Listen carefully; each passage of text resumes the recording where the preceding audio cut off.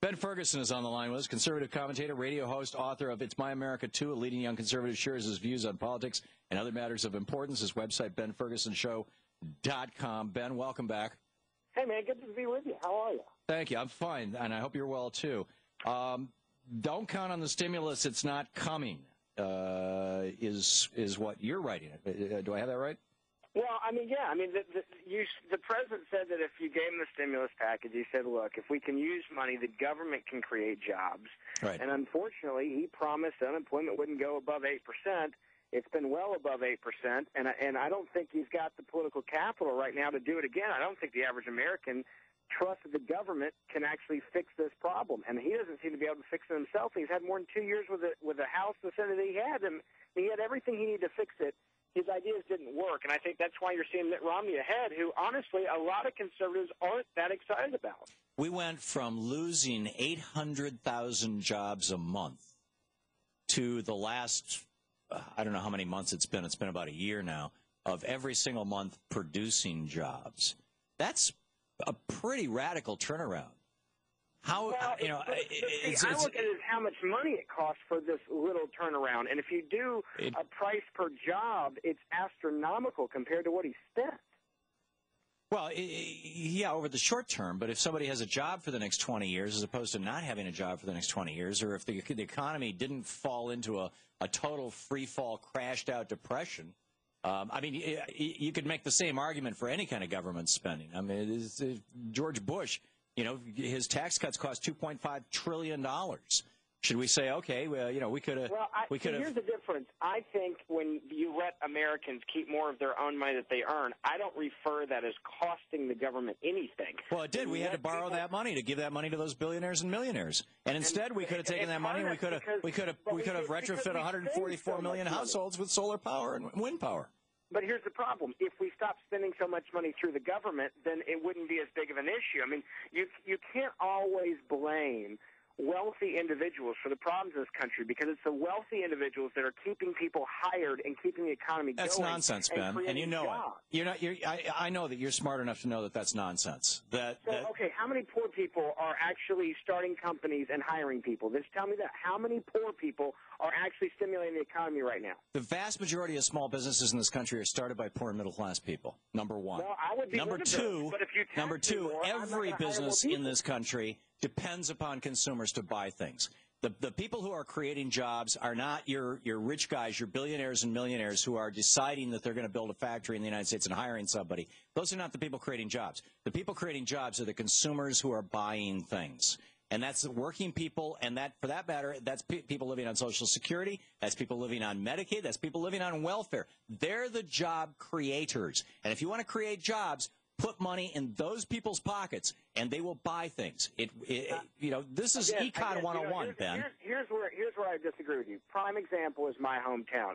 Memphis, Tennessee has 11 to 12% unemployment, and the mayors finally decided, one Republican, one Democrat, that their game plan was not working, and that was more government programs.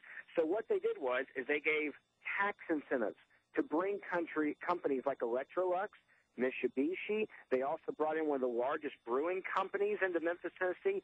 They have now created more than 200,000 jobs, not because they tax people, not because they raise property taxes, not because they went after wealthy people. They created jobs by going to companies saying, we're going to give you a tax break to come and build here, and you can hire people. And guess what? Our unemployment number has gone down almost a point this year alone because those places are working, and that's how you create jobs. You give people that's tragic, to hire. That's absolutely tragic. What you're saying is that you think that all around the United States that governments should be giving money to fat cats and to corporations to compete with other governments? Again, you're saying that Memphis is beating Seattle, so that's a good thing? Break. It's a race to the bottom, Ben, is what you're advocating. No, I'm advocating for average Americans to have an opportunity. And how is Mitsubishi building a plant in the United States and taking 100% of that profit back to Japan a good thing for America? Let me explain it to you. It's not hard. This is very simple economics. For the over 40,000 people that are going to be hired that are going to live in Shelby County in Memphis, Tennessee. So you like us being an economic colony of Japan because of our trade policies? Let me finish. There's not some big conspiracy theory here. It's real simple. Those 40,000 Americans that are working are staying here, and they're doing what you just said simulates the economy. They're buying things with their money they get from their paycheck. So if Mitsubishi takes their cash back to another country, but they've got 40,000 Americans who are taking their paychecks, buying things in this country, then that's a good deal for the average American citizen that's working there. So economic colonialism is just fine with you? It's just fine with you that America is no longer owned by Americans. Context and words basically talking about it. Ben, this is I don't get any of this. You start out by saying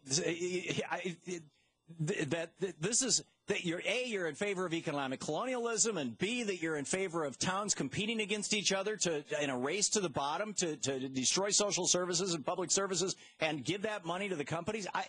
Those companies. Not giving them money. Ben, I guarantee you, Electrolux is going to make whatever they're going to make wherever they're going to make it, regardless of the tax cuts, if there's demand for it. Do you really think for a minute that Mitsubishi is not going to make cars as long as they can sell them? Again, Electrolux was looking at three places. They were looking at Canada, they were looking at Mexico, and they were looking at my hometown of Memphis, Tennessee. There was going to be 40,000 jobs created and an extra 20,000 jobs created connected to the supply. Electrolux is not even an American company. I don't care if they're an American company. If they're in America and they're looking at where they're going to put their Aren't you worried about the fact that our industrial infrastructure is being hollowed out, that the only jobs that are being created in this country, and I put created in quotes, are by foreign companies, that we're becoming basically an economic colony of Asia? Again, I look at it as the fact that their average wage is going to be about $24 an hour for an American citizen. This is the argument that we made when we were literally running banana republics to bring bananas. Oh, we're giving them jobs. And the people in those countries eventually stood up and said, you may be giving us jobs, but we'd like to have sovereignty. You have this philosophical argument that this is not philosophical. That foreign companies are going to come to this country and in some boogeyman way take over. There's nothing boogeyman about taking your profits back to your home country. I would love for them to have more of their profits stay in the United States of America. But one of the ways is that if I have the option of creating 20,000 jobs for hardworking Americans in this country instead of losing the entire functionality of that part of that Why not just change our trade policies, Ben? For America's hardworking people. Why not just change our trade policies so that the American companies that are manufacturing overseas can't do that profitably anymore, and they bring their factories back here, rather than going to the Japanese and saying, please come to America and build a factory? And here's what I would say. Good luck with that. But in the meantime, I'm going to do everything I can to get Americans back to work here by actually being competitive in the marketplace. No, you're not. You're just driving a race to the bottom. You're letting them make money. Having one city compete against another city is not competition. It's called capitalism and competition. It's the reality. Yeah, it is called capitalism. BenFergusonShow.com. Ben Ferguson, thanks. This is the Thom Hartmann Program. So what do we do to dig out of this hole that we find ourselves in?